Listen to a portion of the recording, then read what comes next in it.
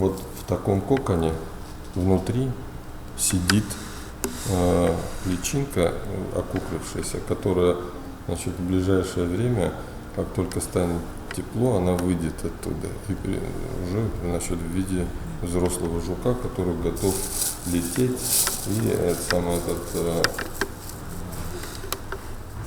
Ранее неизвестные для местной фауны различные животные, в последнее время активно проникающие в нашу природную среду, представляют на самом деле серьезную опасность для Абхазии. К самым трагическим последствиям на сегодняшний день привела, конечно, печально известная самшитовая огневка. Результаты этой инвазии оказались столь серьезными, что сегодня можно говорить о том, что на грани выживания находится целый вид самшит колхидский. Практически повсеместно по всему ареалу своего произрастания, по всему амфитеатру Кавказских гор и с захватом турецкого побережья самшит оказался в природной среде под угрозой исчезновения. Если история с самшитом известна жителям Абхазии давно, и в эфире не раз говорилось как об угрозах вредителя, так и предпринимаемых мерах, то о многих иных, новых для республиканской фауны насекомых обычный человек сегодня мало что знает. Директор Института экологии Роман Дбар рассказывает, что уже зафиксировано проникновение 2 видов вредителей, представляющих угрозу для пальмовых растений. 2 вида насекомых, один из них это жук, второй это тоже бабочка, чешуекрылая. Значит, личинки этих 2 насекомых являются бурильщиками. Они живут внутри стеблей и стволов пальм. При этом они выедают точку роста, и пальма очень быстро погибает. Представить, что наша флора лишится пальм, практически невозможно.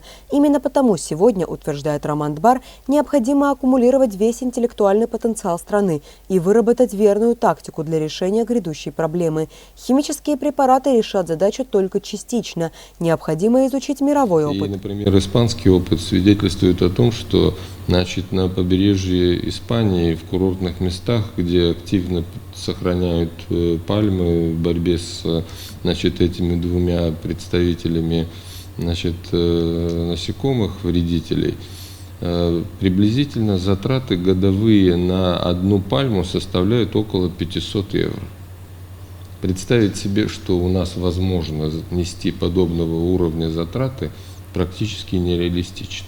Поэтому возникает естественный вопрос: если мы хотим сохранить зеленые насаждения, нам необходимо выработать свою стратегию, куда гораздо более, значит, доступную.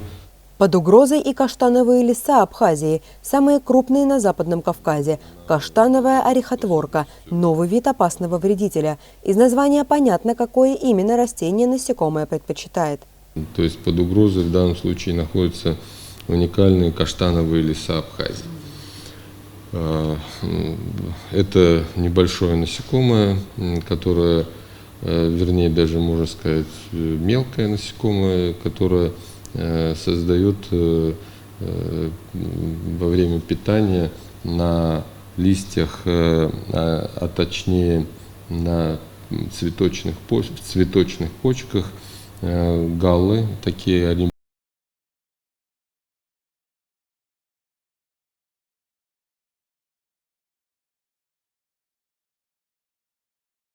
Помимо уже названных вредителей, Абхазии грозят и те, кто представляет опасность для эвкалиптов. Наши экологи проводят серьезную работу в направлении охраны природы. В феврале открывается лаборатория энтомологии и инвазивных видов.